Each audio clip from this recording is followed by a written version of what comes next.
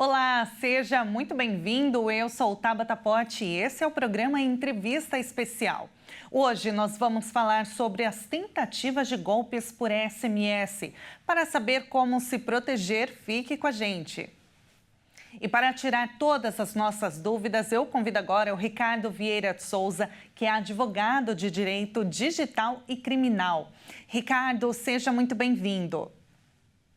Olá, Tabata, agradeço o convite, é um prazer estar com você e com todos os telespectadores da HIT TV. Muito obrigada, Ricardo. Olha, eu acho que é muito difícil encontrar alguém que nunca tenha recebido um SMS de golpe, né? Quais são os tipos mais comuns, Ricardo, que acontecem?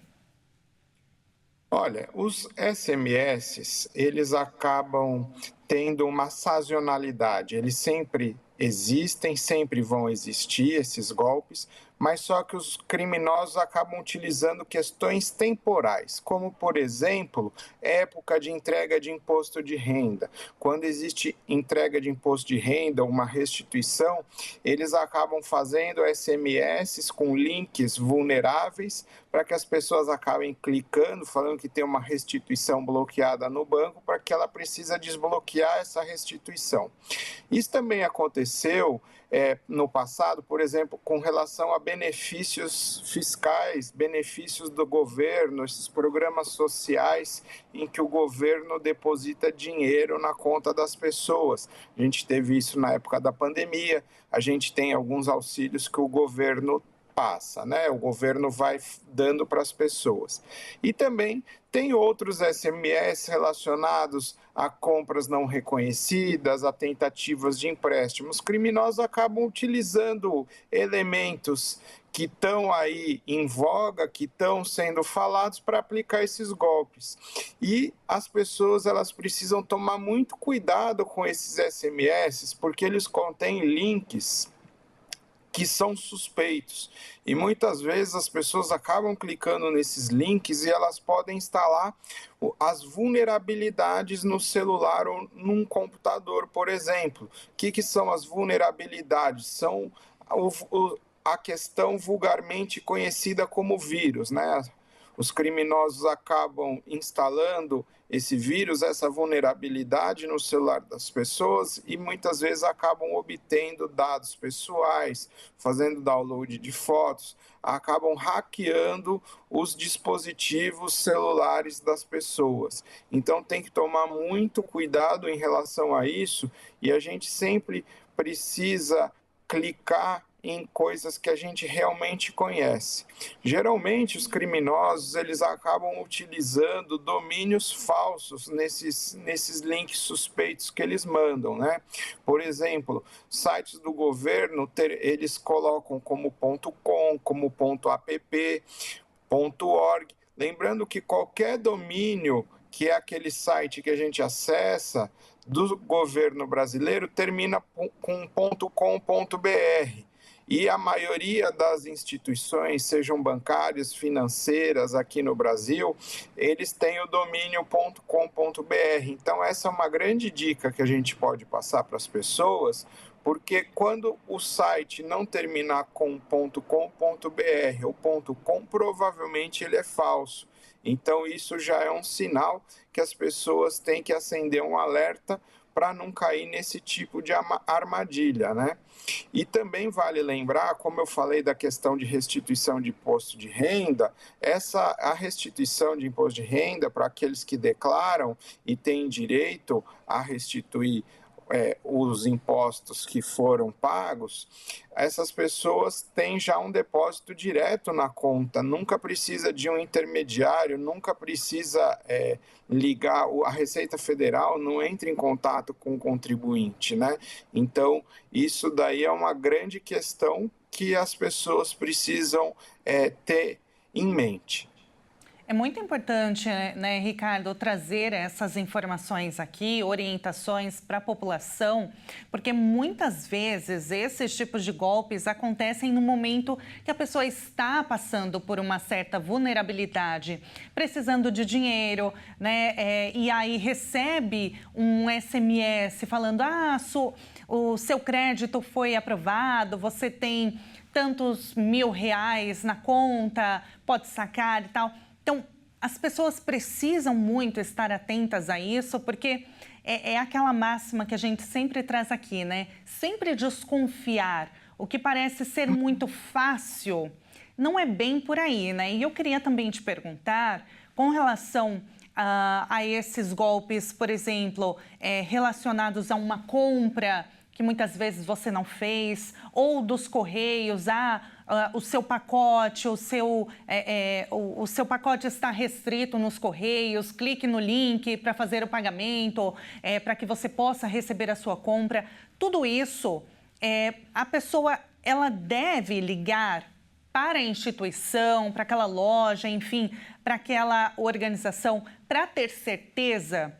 Antes de tudo, antes de clicar, antes de fazer um depósito, ligar num número confiável, né, daquela agência bancária, por exemplo, para saber se esse SMS realmente oficial, é deles de fato? Com certeza. As pessoas elas precisam ter cautelas, e já que você falou nos Correios, hoje é muito corriqueiro que as pessoas acabem fazendo compras na China, e também tem esse golpe relacionado a uma suposta fiscalização que tem que pagar uma taxa para a Receita Federal para que a encomenda seja liberada.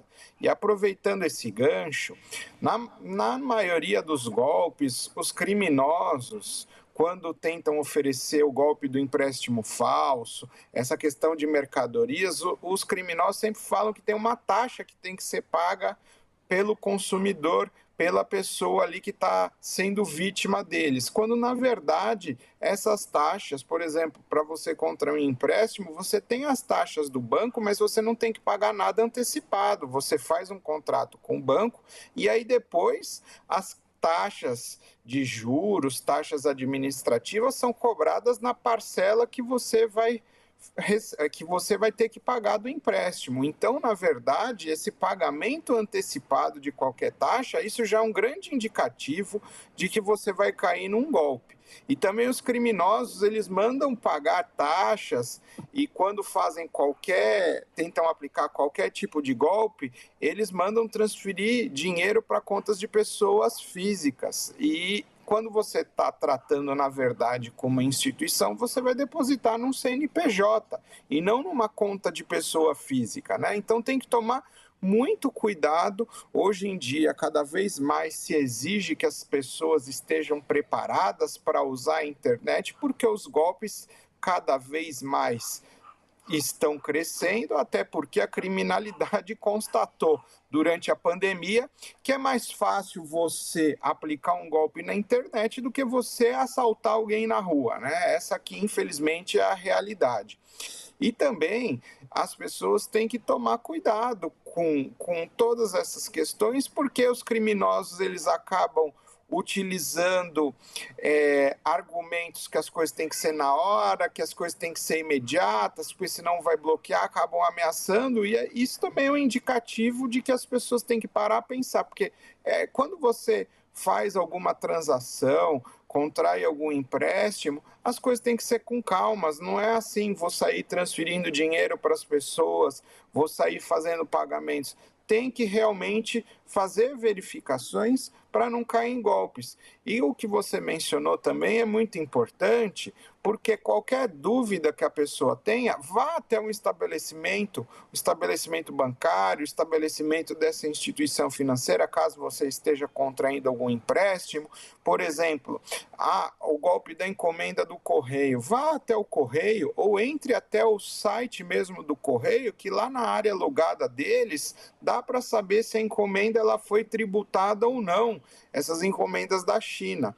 Então, o consumidor ele precisa estar atento. Outra dica também importante, quando você está falando com os bancos, instituições financeiras grandes, por essa rede social de aplicativo de troca de mensagens, hoje a grande maioria tem perfis verificados. Então, quando você vai falar com alguém em rede social, procura essas grandes instituições, a grande maioria delas já tem os perfis verificados. Então, quando você está falando com perfil verificado, você tem a certeza que realmente você está falando com aquela pessoa.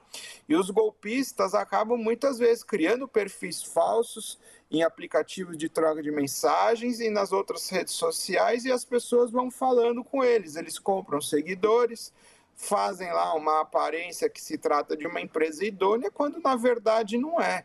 Então, existem esses indicativos, essas dicas básicas que as pessoas podem se atentar para não cair num golpe.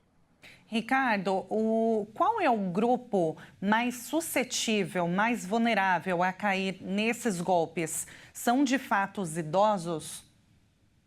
Olha, eu acredito que sim, na minha visão são eles, porque também tem a questão que os idosos, eles recebem todo mês a aposentadoria do INSS. E os bandidos, os criminosos sabem que os idosos todo mês têm lá uma aposentadoria do INSS na conta. Além desse fato de eles saberem que as pessoas no começo do mês vão ter esse dinheiro, eles vão tentar aplicar esses golpes. Os idosos, infelizmente, eles acabam tendo um pouco de dificuldade com a tecnologia, né? E hoje o mundo está tudo dentro do celular. Você se conecta com o mundo, você faz transações, fala com as pessoas, tem arquivos pessoais, às vezes tem foto de documentos no celular, salva. Então, os idosos têm que tomar muito cuidado com isso e procurar. Se tem alguma dúvida, não sabe como é que faz, está com alguma dúvida, alguém entrou em contato, peça ajuda para algum parente próximo, para algum vizinho, para que ele possa auxiliar, para que você não seja vítima desse golpe. E ter sempre em mente, a população idosa, os criminosos, a incidência de aplicar golpes é muito maior, justamente porque eles sabem que todo mês vai ter um dinheiro lá na conta deles. Exatamente. Agora, com relação às pessoas que já caíram em algum golpe, clicou, caiu no golpe, fez alguma transação que não deveria e só depois percebeu que aquilo era uma fraude, como que ela deve agir a partir de então, Ricardo? Olha, toda vez que você for vítima de um golpe, você faça um boletim de ocorrência. Dê ciência à polícia de que tal fato aconteceu. Por que eu falo isso? E isso é muito importante. Porque a polícia, ela acaba investigando esses criminosos e, na grande maioria dos casos, tratam-se de organizações criminosas, de várias pessoas que unidas aplicam esses golpes, nunca é uma pessoa só. Então, como se tratam de organizações criminosas, a polícia, às vezes, já tem informação, uma investigação em andamento que determinada pessoa, determinada associação criminosa está aplicando esse golpe, ela vai munida dos boletins de ocorrência, que são os documentos que a polícia toma ciência de que os crimes estão ocorrendo, ela acaba conseguindo acrescentar isso na investigação e acaba conseguindo até maiores resultados. Então, é muito importante que as pessoas elas registrem o boletim de ocorrência, até porque se for pedir algum ressarcimento em algum banco ou em alguma instituição que foi contratado um serviço que a pessoa não pediu, ela já tem esse documento oficial. A segunda questão, que já é uma questão mais difícil, se a gente clicar num link suspeito, provavelmente a gente instalou uma vulnerabilidade no celular, o vírus, como eu falei. E toda vez que isso acontecer, a pessoa ela tem que formatar o celular, porque às vezes o celular não se torna mais uma ferramenta segura de comunicação e provavelmente os criminosos vão ter acessos a comunicações.